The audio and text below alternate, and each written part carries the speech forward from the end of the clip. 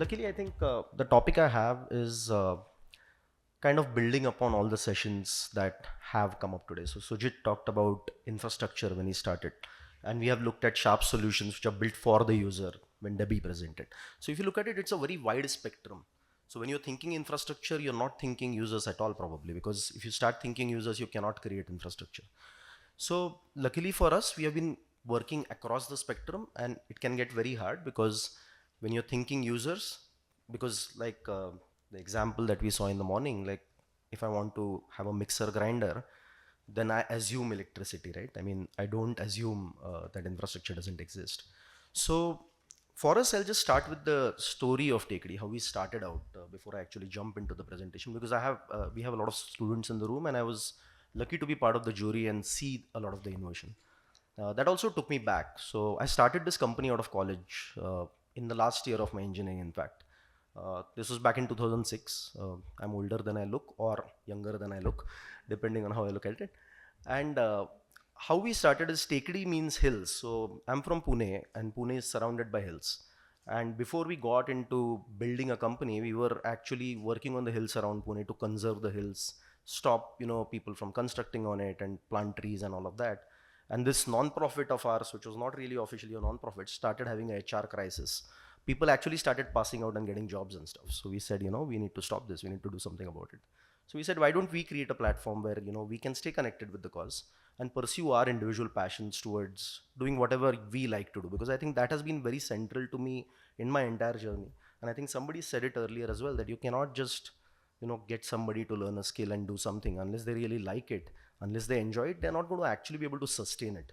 And for me, that has always been very central, that if TakeD as a company, and if everybody is able to find a platform where they can pursue their passions, you'll make money eventually. You'll be able to make an impact eventually. So that's how we started. So TakeD actually started as TakeD Eco Services Private Limited, where we were literally doing for the first 2 years everything we liked. So we had a trekking company. There was a friend working on biofuels. I was running the technology part of it, and so on and so forth. And we were having fun. I mean, I think the best 2 3 years of my life. Super startup in a garage, going on treks on weekends, and then building technology for the rest of the time. But then we realized that if we have to do it as a business, we cannot just keep doing it like this. We first have to learn the foundationals. And remember, I didn't start after working somewhere and then getting that experience and then starting out. So we actually were making every mistakes you can make, and paying the fees of it, right? So either you can get into a college, or get into a job and learn that, and then start, or you can start and then make those mistakes on the way. So over the first 2 3 years, we realized that we need more focus. We are not in this conglomerate mode yet. We need to go deep into a few things and really solve for that. And the way that started for us is that the technology that we were working on since 2004 almost was basically a lot of open source tech. And that was always very empowering for us. So that is still central to everything we do today. Every piece of technology that we do in TakeD is open source, unless the customer forces us not to do something that is open source. And that has been very central to how the company was built.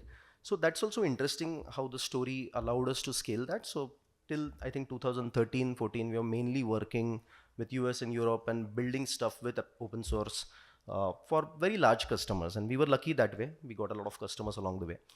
And we built with what we call as a product first approach, which means that whenever we are working with customers, we are always trying to design things in a way where the core open source that we build is not just used by us, but we also contribute back to it.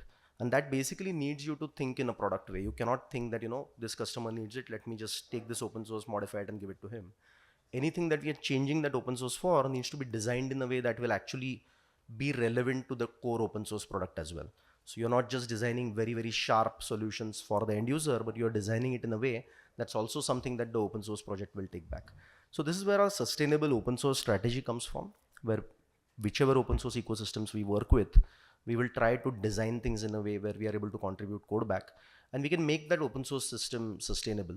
And open source in that sense, I mean, we all use a lot of open source now. Back when I started, open source was almost a taboo word, because it was thought to be insecure and whatnot, right? And now today we know that foundationally a lot of things are powered by open source.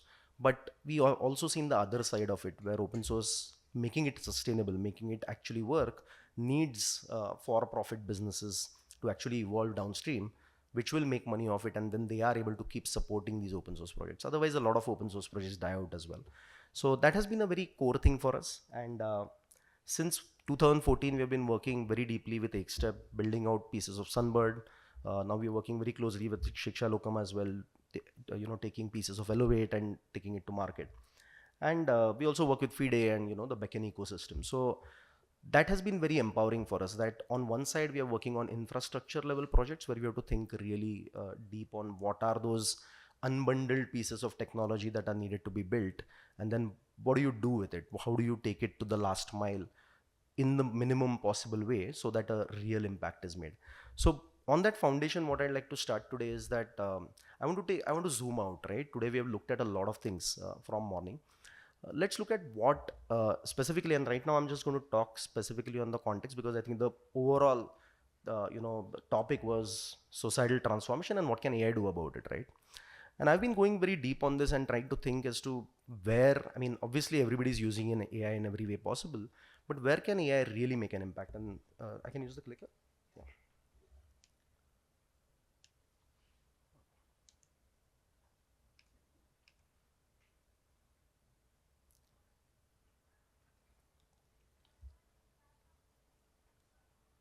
So today when we look at societal problems, right, as human beings, we have some very foundational things that limit us from being able to solve these problems at the speed that they need to be solved, right? And even if you look at foundationally something, and here I'm going very theoretical, but there is a lot of good books that have been written about this topic. That is this stuck, or do I need to? So there are a lot of things that are very inherently human that also make us human and in a way limit us when it comes to societal problems. But these are also things that empower us. That is what make us human. And that is why I don't think the future is about solving for human problems, but it is about taking these things that make us human, but seeing how AI can become an accelerator to solve these limitations, but with an humanness still kept. And that's what solutions will look like. So even if you look at something like climate change, right, we've been trying to tackle it. Humans have taken Earth to a point where Earth is not able to recover fast enough on its own. And now we are talking about biotechnology and AI coming in to help the Earth recover faster with stuff like synthetic microorganisms created which will help rivers get clean faster, and there are real pilots done on this, right? And foundationally, if you look at it, humans are accelerating at a pace which is non-sustainable for the humans itself. I mean, that's almost like the kind of future we are creating. That is the very negative side of it. But we are at a point where this technology exists today, and we need to leverage it with the right kind of governance layers. And this is going to be an extremely shifting field. Driving policy and control on that is going to be very hard because it's shifting so fast that we can talk control, but by the time you have something designed, that basis doesn't exist anymore.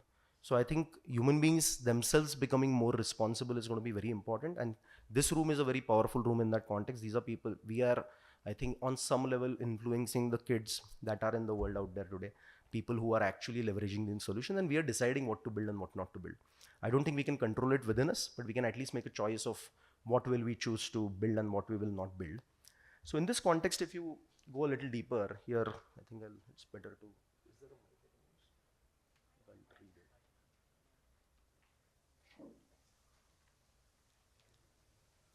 Should I switch this off? So if you look at this, there are a few things here that really make us human, right? So if you look at cognitive bias, when you're looking at problems of societal scale, bias is going to exist in humans. You do not have, as human beings, the capacity to really understand the diversity that a societal problem comes with. And it's very hard to keep that open mind. And I think Sanjay Purohit talks about this a lot, right? Don't fall in love with the solution, but fall in love with the problem. And this is hard, especially for builders. When you have a hammer, everything is a nail, right? And that keeps happening. And this happens in different contexts. So that solution mindset is also a bias of sort. And we have tons of biases like this, which are ingrained into us. Now we can say that AI today, Gen AI especially, is built out of those biases, but you can program out those biases. You can make these things a little more unbiased, but that will need human intervention. The other scale is another problem that we cannot really imagine what a problem of massive scale looks like. The data processing capacity of humans is limited. And our capacity to collaborate is also limited, right? There is only a certain number of people with which we can collaborate effectively. Beyond a certain point, it starts failing. The inefficiencies start showing up. This is again where something like AI can come in. So I'm not going to go through all of these, but there are ways which AI used in the right way can solve for each of these, but that has to be done in the right way. And today the point is not to give you a theory on this. This is all out there. I've just tried to compress it for all of us, just to set the context of where should we be building solutions for. So the next slide basically talks about how AI can help solve for some of these things, right? So cognitive bias as an example, as I said, you can train AI to remove some of those biases and it'll keep getting better and better. Similarly, the processing capacity with the cloud compute available today, with AI available today, it can really compute massive amounts of data, which is very hard for a human to fathom or a group of humans to fathom together. So that is again where you can start leveraging these solutions. Physical limitations is one piece where, again, you can't really keep working 24/7. AI can, this is also the risk side of it, right? Because AI can do all this. Are we saying then AI replaces humans? Not really, right? When you are leveraging all this, you need a human that is biased towards his local context to go and apply. Because without that, and here I'm saying bias in a positive way, that without that real knowledge of where it is getting applied, an AI can make it too generic or it might not be able to really get that context. So you do need the human in the room to be able to govern, so to say. So what I'm going to go on to is quickly get to the point, and I'll share these slides. I don't want to really go through this because otherwise it will become a theoretical lecture. Uh, what I want to talk about is, on the background of this, I want to talk about some of the things we have been doing and trying to solve for some of these use cases and look at real world solutions that have been built. So in the starting talk today, Bachi talked about the AXL project. So we've been working with Xstep to build some of the interfaces for that. So ALL, which is the assisted language learning model, basically it is a way for children to play with language, try speaking words, try speaking sentences, look at a picture, try to say the word out, and try to get confidence. Because one of the things is that human beings, especially with language, if you look at language learning, right, this is one of the biggest biases, that if a child doesn't know how to say a certain word, this will be one of the hardest questions for them to go and ask an adult in the room, because there will be judgment based on that. So this is a classic case where AI not being judgmental, so AI is a easier person to go to in that sense, where I can just keep playing with this tool that has been built and just play with it forever. And it doesn't matter, even if I make a mistake 10 times or 15 times, it's not going to matter. So this non-judgmental nature is what has been leveraged here. And of course, this is an adaptive learning solution. I have a few screenshots later, but what it lets you do is that it gives you like a graded approach. You are basically assessed on whatever language you choose. It uses the AI for Bharat APIs on the backend, and then there is a language AI service built, which allows you to basically speak. It will grade you on how well you are able to pronounce it, and it's pretty cool because the AI for Bharat dataset has got better and better. So it is able to actually figure out if there is a certain way in which a certain word is spoken in that specific region. It is able to actually still match it correctly, because there are many ways in which you will have an accent. There'll be a different tonation, there'll be a slightly different way you'll speak that word. So this allows the student to learn the local context, and gradually they are basically higher level of words, higher level of sentences, higher level of language complexities sent to them. And that is what is used to slowly bring the children up from, let's say, a level 4 to a level 7.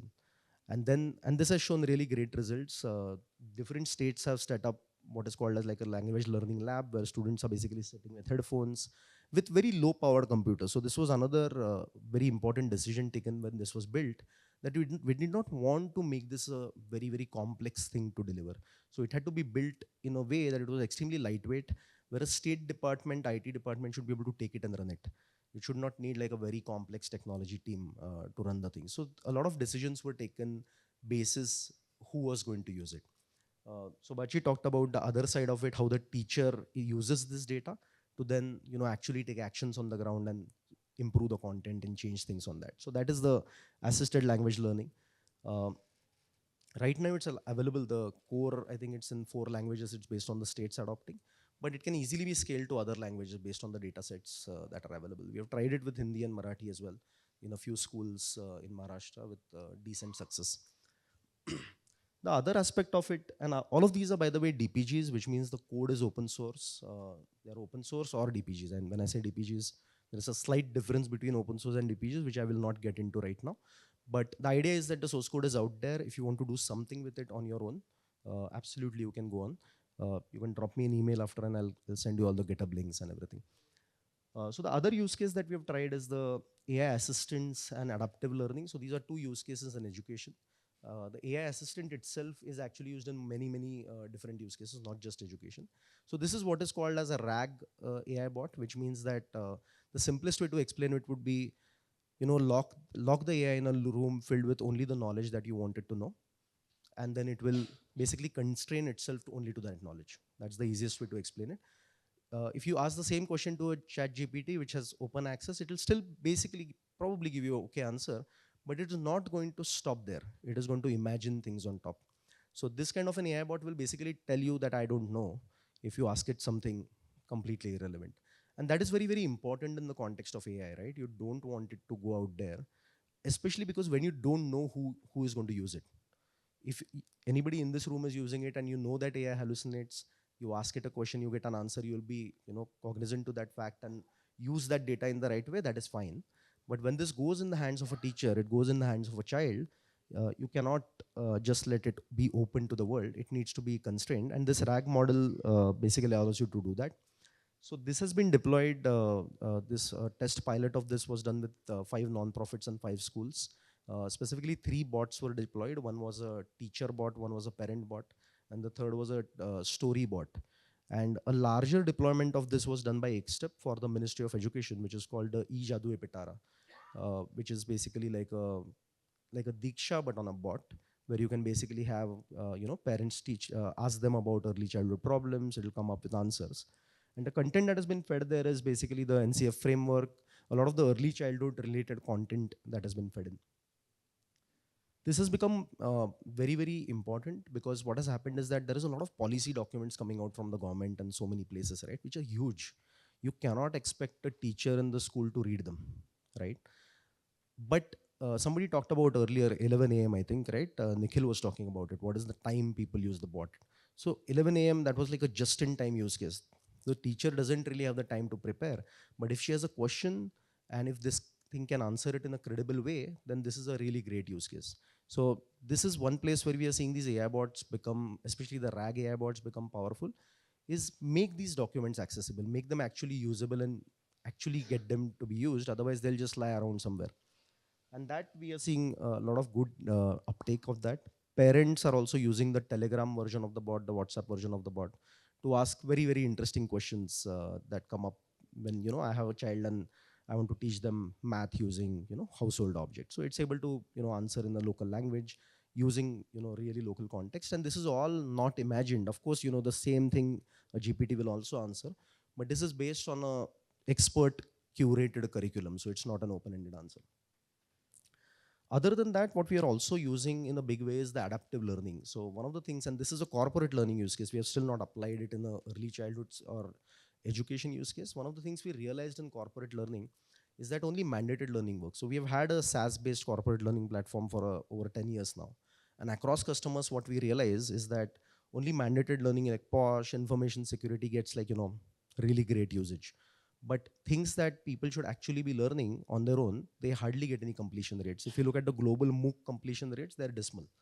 And the reason of that being is that, especially when people are in a job, I think on the job learning seems to be working better, that they will only actually come to learn when they're stuck. They're not coming to learn in a structured way.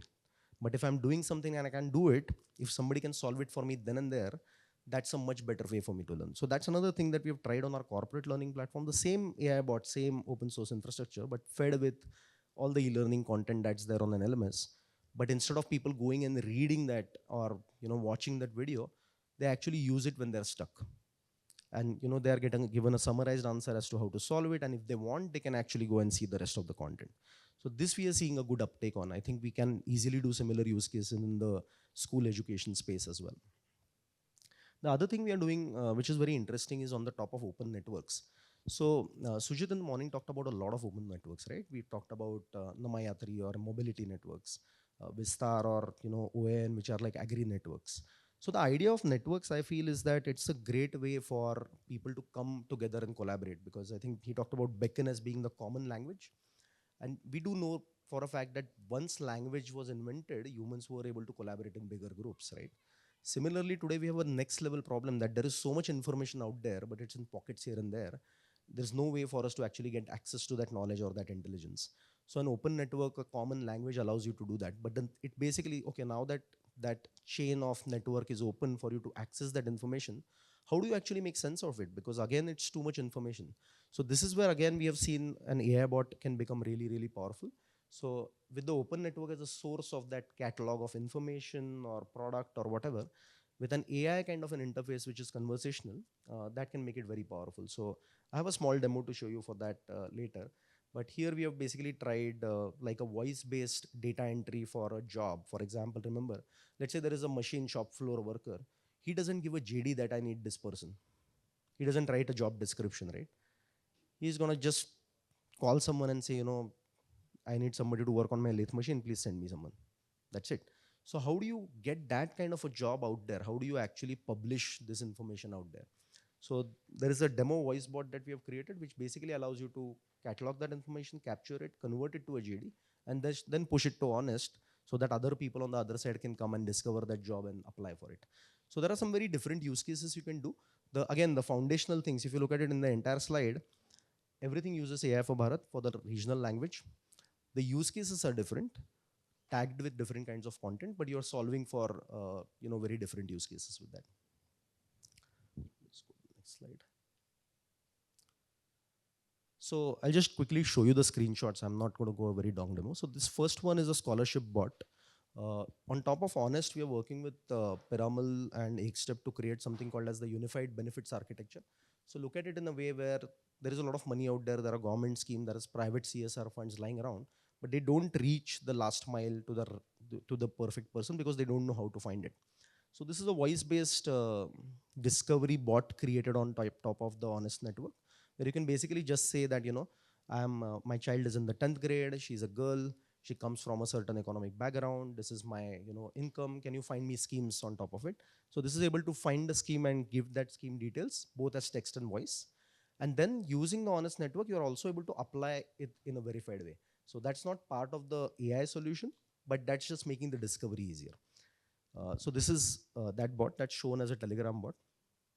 What you see here is the Teacher Gems bot, which basically allows you to ask questions about the early childhood and see a framework and do all those questions that you will get stuck, if you are actually teaching a class.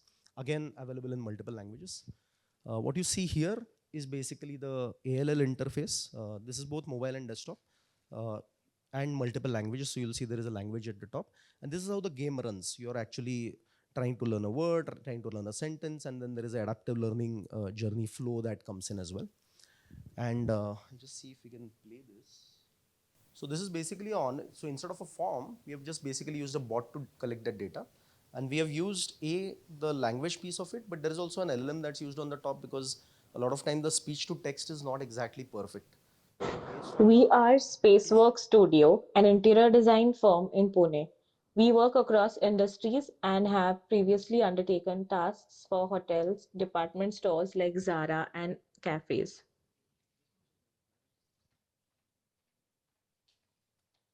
So at every point, it's kind of giving feedback. We Does are it look seeking a okay? talented and creative mid level industrial design to join our team. The ideal candidate will have a passion for design, a strong understanding of materials and manufacturing processes, and the ability to create, innovate, uh, user centric product designs. As a mid level industrial designer, they will collaborate with cross functional teams to develop products that are functional, aesthetically pleasing, and aligned with our brand identity. You can pause that. I think I can For just this, explain it. So basically, it goes on to collect all the typical information you would ask, and there are regional language versions of this created. And now we're actually testing it in the field to see that do you get more job applications, because it was just too hard to write that JD and post it. People are not even taking the trouble, but literally just speaking to a bot. And this could be an interactive one as well. Right now, this is done as a one-one conversation, but now technology exists where literally you could call that person, get that data, and then push it into the network. So now, even if you look at this piece of technology, what it is doing is that it's basically just a form collector. It's a data collector. Now, what do you do with it is the next piece of it. So this is like a very, very foundational building block where you're using AI and natural language to collect data, and then you are filling out whatever form. But the form could have been a Google form. Here we are showing an honest use case, or it could be, like a very, very different use case as well. So this is kind of that building block methodology that where you are kind of breaking things down to pieces which are functional on their own, useful on their own, and interoperable, which means that you can tie it into different things. So these were just a few demos. The idea was to give you kind of an example of how AI can be used in practice in the real world. And it doesn't have to be limited to like a chatbot doesn't have to be a chatbot or just a chatbot. You can use it for different use cases. So if you can go back to the deck, I think